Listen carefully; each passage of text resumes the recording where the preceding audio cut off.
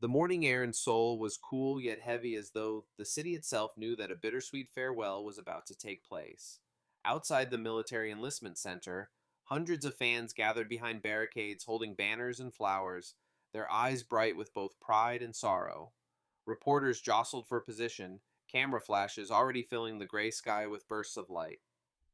Today was the day Cha Eun-woo, one of Korea's most beloved stars, would take his temporary leave from the entertainment world to serve his country. But beyond the visible spectacle, behind the lenses of cameras and the noise of the crowd, there was another story quietly unfolding, a story no fan or reporter could capture. It was the story of how Moon Ga-young, the woman who had become a quiet constant in Yun-woo's life, spent the final precious days with him before he left for the military. Their history together had always been a source of fascination, ever since they first appeared together in a drama that became a nationwide hit.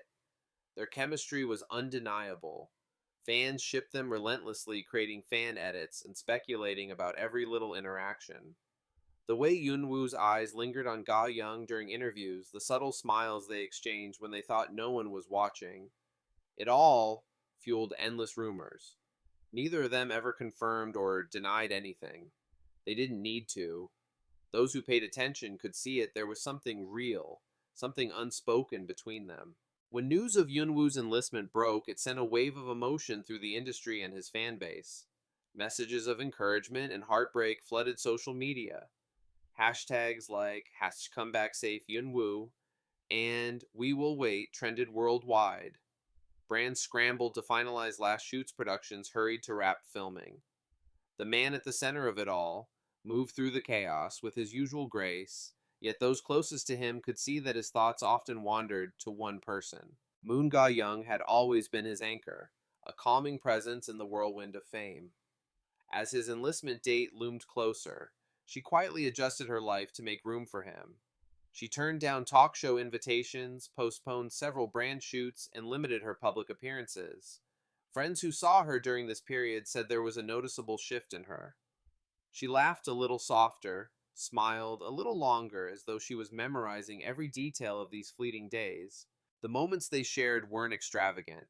Instead, they found solace in ordinary things, the kind of everyday experiences they rarely had the chance to enjoy.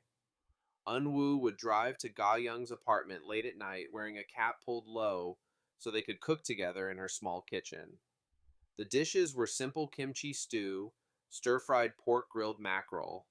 She would tie her hair up messily, laughing whenever he burned something while he insisted on doing the dishes afterward. "Stop looking at me like that," she teased one night as he stood beside her at the sink water dripping from his hands. "Like what?" he asked with a grin. "Like you're memorizing my face," she replied softly, meeting his gaze. "Maybe I am," he said, his voice quiet but sincere. Sometimes they would take late night drives along the Han River, playing their favorite songs.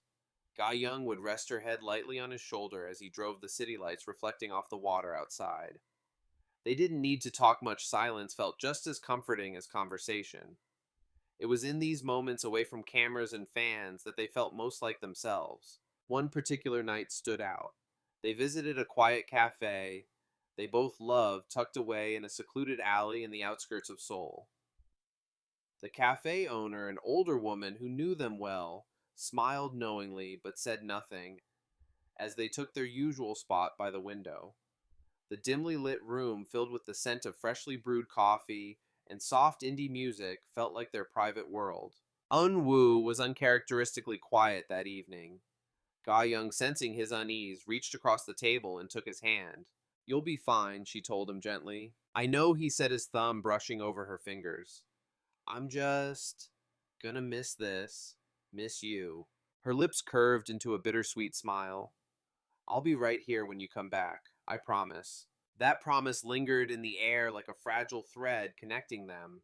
As the days passed, Ga Young began working on something special for him. She wanted to give him something tangible, something he could hold on to when the military life became too lonely. In the quiet of her apartment, she gathered photos, some from their drama filming, others from candid moments they had captured over the years. She printed out screenshots of old text conversations that had made them laugh until their stomachs hurt, added little mementos like movie ticket stubs, and pressed flowers from places they'd visited together. She arranged them into a scrapbook, pouring hours into choosing the right photos, writing heartfelt captions in the margins. On the final page, she wrote a letter in her neat handwriting. No matter the distance, I'll be here, waiting for the day we can sit in that cafe again, laugh again, and make new memories. Come back safe to me. Always yours, Ge Young. The night before his enlistment, Un-woo invited her to his apartment. It wasn't a grand occasion, just a quiet evening the way they liked it. Ga Young cooked his favorite meal, and they sat across from each other, eating slowly, savoring every bite, as though the act itself could delay time. They reminisced about the first time they met, the nerves they had felt on set, and the long hours spent filming together. After dinner, she handed him the scrapbook. "This is for you," she said, her voice barely above a whisper. Yun Woo opened it, his expression softening as he flipped through the pages. A laugh escaped him when he saw a particularly embarrassing selfie, but when he reached the final page, his smile faltered. His eyes moved over her words again and again, as though trying to etch them into memory. By the time he looked up, tears shimmered in his eyes. "It's perfect," he said hoarsely, pulling her into a tight embrace. For a long moment, neither of them spoke. The only sounds were the ticking of the clock and their quiet breathing. Finally, Eunwoo pulled back slightly, cupping her face in his hands. "Thank you," he murmured, "for everything, for being with me through all of this." "You don't have to thank me," she replied, tears slipping down her cheeks. "Just come back to me." "I will," he promised, pressing his forehead against hers. Morning came far too quickly. The city was just waking up as the first light streamed through the curtains of Yunwoo's apartment. He hadn't slept much that night, choosing instead to stay awake beside Ga Young, memorizing every detail, the way her hair fell across her cheek, the gentle rise and fall of her breathing. It felt like the world had slowed down for them, giving them a few more precious hours before reality returned. When she finally stirred, he was still watching her, his fingers lightly tracing patterns on the back of her hand. "Good morning," she whispered, her voice husky with sleep. "Good morning," he replied softly, brushing a strand of hair from her face. "I didn't want to wake you." "You didn't sleep, did you?" she asked, a small frown creasing her forehead. He shook his head with a faint smile.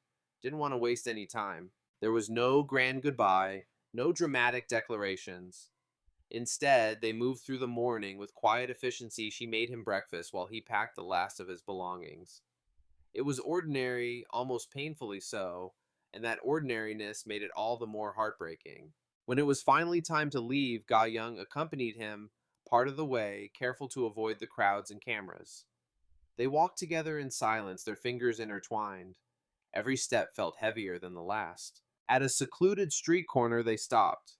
This was as far as she could go without drawing attention. Unwoo turned to face her, his expression steady yet tender. "This isn't goodbye," he said firmly, as if convincing both her and himself. "I know," she replied, forcing a small smile. "I'll wait, no matter how long it takes." He reached out, brushing his thumb across her cheek. "Thank you for everything. You've given me more than I can ever repay." "You don't have to repay me," she whispered. "Just come back. That's all I want." He leaned down, pressing a lingering kiss to her forehead. "I promise."